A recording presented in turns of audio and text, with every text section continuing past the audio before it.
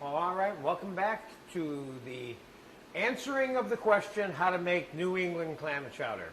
I would say that we have a lot of opinions floating around about how this is done. What I'm going to do is talk to you about some of the options that people have exercised when they make New England clam chowder. And I'm going to talk to you about what is considered to be the codified, traditional, quote, historical New England clam chowder. Keeping in mind that this soup is a classified soup as regional. It's a regional soup. It's really part of the miscellaneous group of soups in as much as it's not actually a chowder. Chowder being a brothy soup with food in it. Somehow got the name chowder. Who knows how it happened, but that's how we call it. We call it New England clam chowder. The primary ingredients for New England clam chowder have always been onions, potatoes, celery, cream, milk, a little bit of garlic, chopped ocean clams and clam juice, and a little bit of roux, flour and butter. And some of the options have been a little bit of tomato or some sauteed mushrooms, a little bit of fresh herbs, and sometimes you can butter the soup, as in whisking in whole unsalted soft butter at the end as part of the finishing process. And I will engage you on the finishing process as we get to that stage in the soup. Let's begin by, and the white wine is also an option. We're going to add a little bit to it for a quick reduction after we saute the onions and celery in a soup pot. So here we go. We're going to use whole unsalted butter to cook the vegetables in. And we'll throw a couple of ounces in there. How about 3 to 4? And onions, diced. I pre-diced them. You, of course, know that you can go to how to dice an onion and click on that in your introductory DVDs. Diced celery. And I'm going to opt for the mushroom option, per se, in making the soup. And we're going to add a little bit of sauteed mushrooms. And we're going to add some dried leaf thyme, or fresh thyme if you have it. There's nothing wrong with the dried.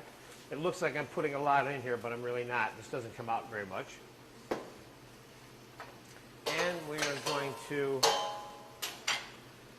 a little bit of pepper. Fresh, finely ground black peppers has a certain robust flavor to it that can't be replaced by the prepackaged ground. A little bit of salt. And we'll put a little pinch of sugar in there just for fun at this point, but not much. Now, I'm going to exercise the option that is in your PDF recipe, if you should happen to be able to view one on your computer, of adding the tomato concasse. Of course, you can click on the tomato concasse button in your introductory DVDs, and it'll tell you the exact recipe and how it's made. But quickly, I have it right here. And this was diced tomatoes that were drained from the juice from a can. And they were added to olive oil, cooked slightly. And then a little bit of garlic was added, some salt, pepper, a little bit of sugar. And then we doused it with some white wine and reduced it down so it's dry like this. And it's done right now, and it's just finished, okay? In this pan, I made a little bit of pale roux, which is, of course, if you click on the thickening agents and liaisons in your introductory DVD, it will give you very specifics on roux to look at. But this, of course, is always equal parts clarified or whole butter and flour, or oil and flour, okay? So we have a little bit of roux because that would be the traditional thickening agent for New England clam chowder.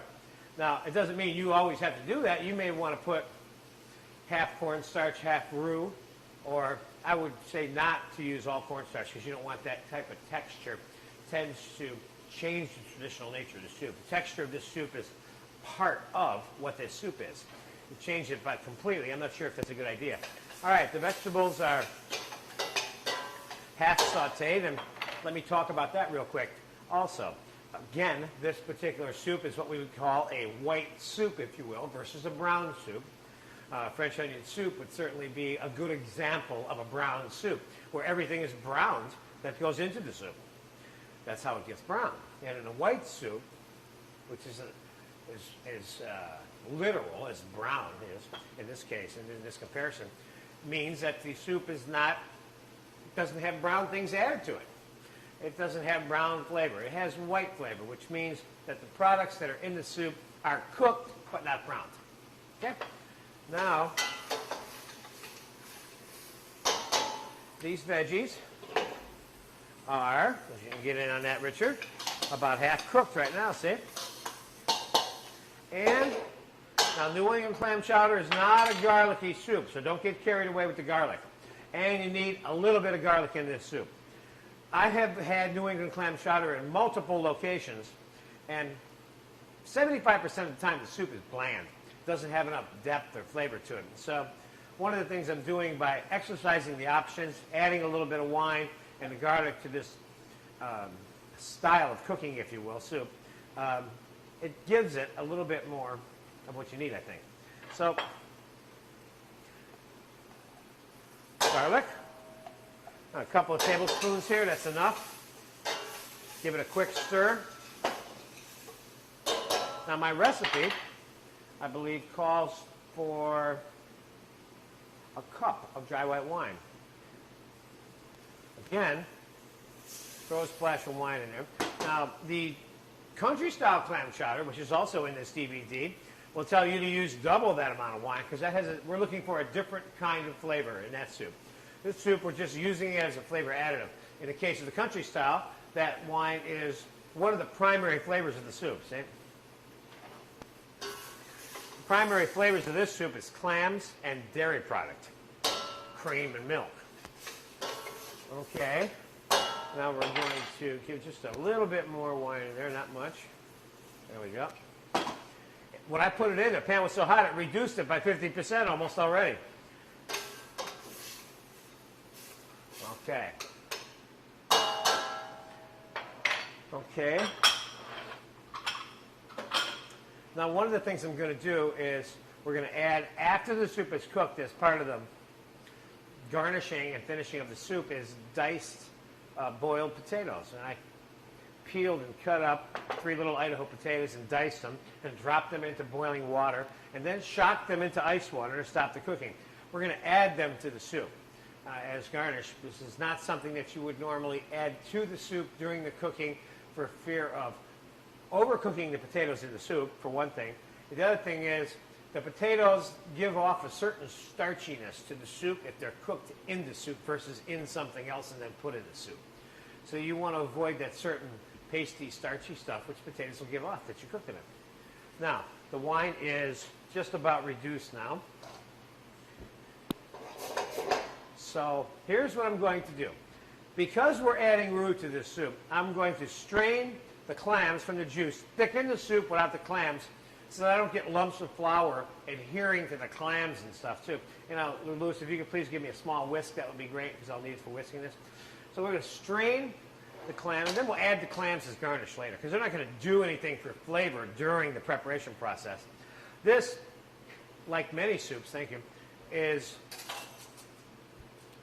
doesn't rely on any long-term cooking process for the flavors to be present. There's no bones or meat bones and things like that in it that would require it to be cooked for a long time, or a bunch of flavors that need to be married that require cooking. This is a quick soup to make, okay? So, very much like the country style clam chowder. So let's strain this. And let's add the clam juice to the reduced white wine. And now let's add the 1 cup each of cream and milk that the recipe calls for to the soup, because those are things that have to be thickened slightly. I'm not measuring this because we don't need to, and you don't need to. Only thing you really need to understand about how much milk or cream gets added to the soup is how creamy do you want the soup to be. You want it to be substantially creamy, to the extent that New England clam chowder traditionally is substantially a creamy type soup. But if you're going to add it before you add the roux, it's almost insignificant, the amount that you're adding, within reason, of course, because you're going to thicken it afterwards. Now, it would make a difference if you thicken the soup and then added the milk and cream to it after that. which you wouldn't do because that would be backwards. Okay. Now we're going to add some of the roux to this mixture before it even gets hot, by the way. Being careful not to add too much roux. Now I have a little cornstarch slurry sitting over here on hand, just in case at the final end I think I need to be a little bit thicker. I put a little pinch of cornstarch in it to finish it off, if I need to.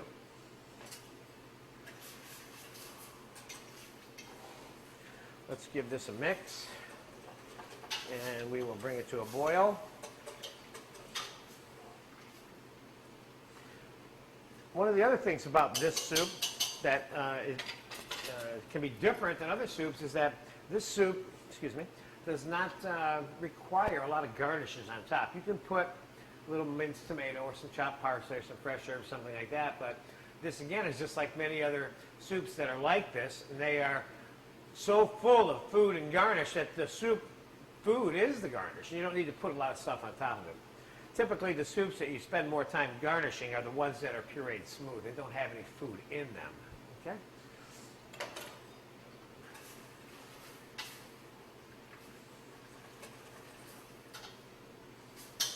Let's add our little pinch of tomato concasse here to this mixture. I'm going to bring this over and lean this down so the camera can zoom in on this pot so you can kind of see what this looks like right now.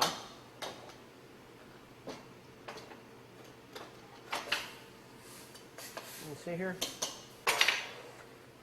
Soup is not quite yet thickened, but you'll see the proportions of the amount of food to broth here, and we're going to talk about that in a second.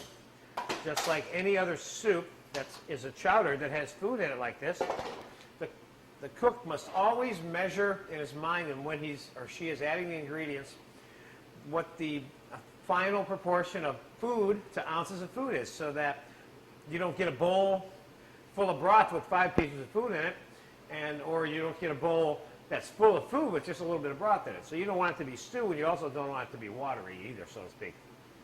So, okay, the soup is starting to tighten up a little bit and thicken. I had the roux pretty much in the soup. So we're going to take the clams now and add them in here. Got a little bit of residual juice here. Let's give that a little mix. You see how fast this soup is? The soup does not take a long time, and it's thickening up, and I'll show you on a plate here. The soup is thickening up nicely. Quickly. You see there? Can you get that, Richard? Hold on. There we go. Got it. Okay. It's slightly thick, but it's going to get thicker. Add just a pinch more tomato here. Now, some people would argue that I'm making this into Manhattan clam chowder, which I am not. This is not a tomato-based type thing. We're just using a little concasse as a flavoring additive as we're processing the making of this soup.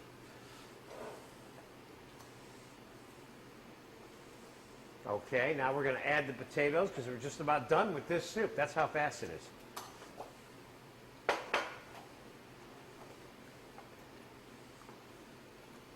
Let's have a little taste of this as we're going along here.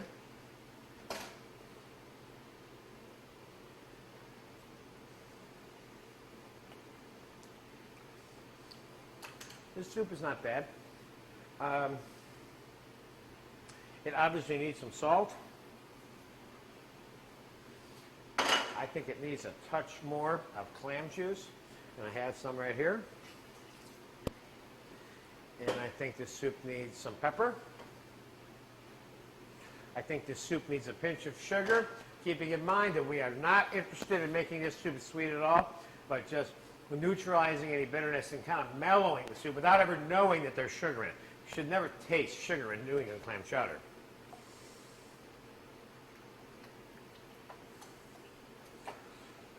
Unless you want it to be sweet, of course, in which case I would say go ahead, but I don't recommend that. I just heard myself say you don't want to do that. Well, maybe you do, you know.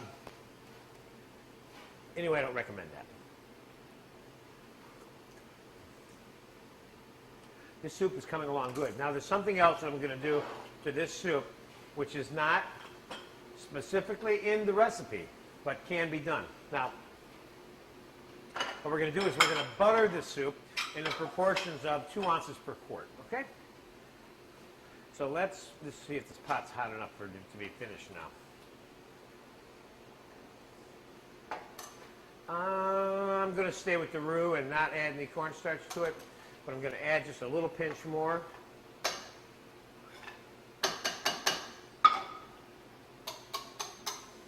I'm going to whisk that in.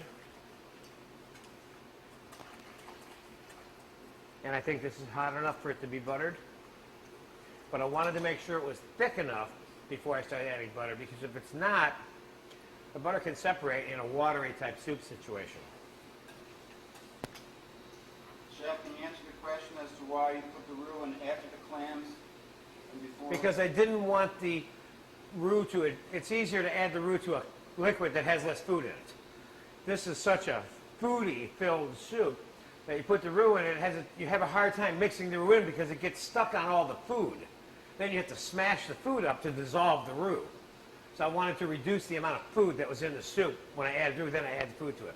So I don't have to mix it so much and crush the food up.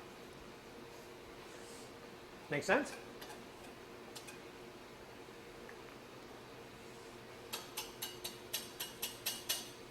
Okay, we're going to take this soup off because I don't believe in a soup being too thick just because somebody else does it that way, okay? This lesson and this course is designed to teach you how to do your own thinking with confidence in terms of how your food needs to be made. And that's something that I've acquired over time, and that is I know if I want it thick or I don't want it thick. It doesn't matter to me what somebody else does, because I'm looking for a final result that makes people come back to my dinner table.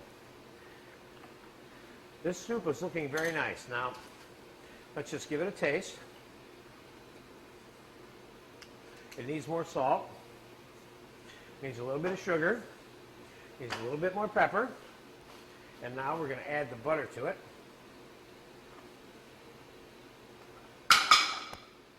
Which I said 2 ounces per quart. We got a couple quarts here, so I put about a stick of butter in there.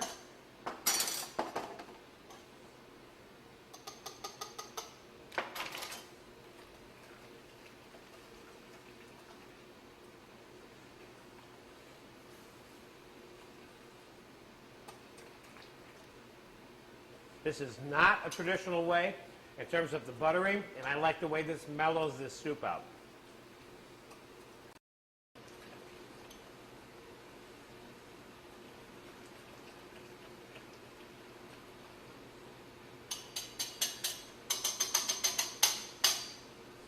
Okay, let's have a taste of it now.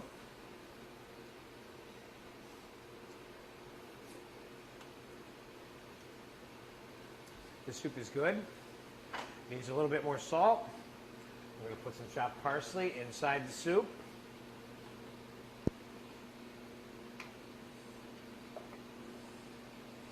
And I'm going to put a little bit of fresh herb on top of my finished soup. Let's get rid of all these tasting spoons and start over here.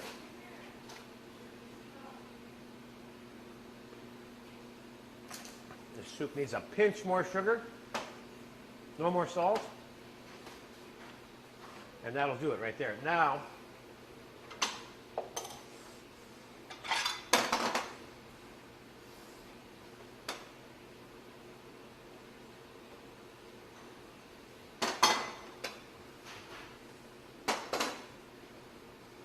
let's bowl it up, so to speak.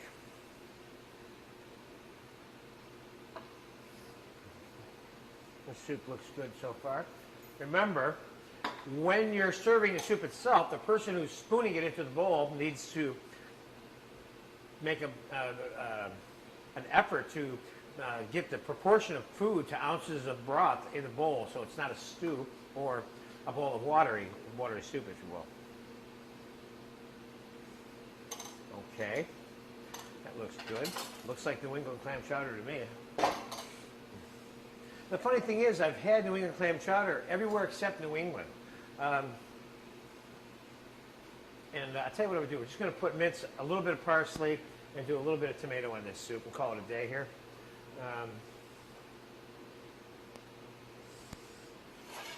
Make a little bit of tomato brunoise. And of course, if you click on the tomato brunoise in your introductory DVD, you can see 2 or 3 different ways of making this.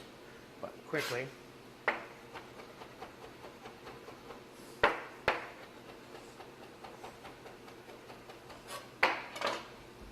you go. Pressure it up a little bit. Okay, there you have it. New England clam chowder, the traditional version with a little bit of white wine and some mushrooms and a little bit of tomato concasse added to it, okay? Enjoy it.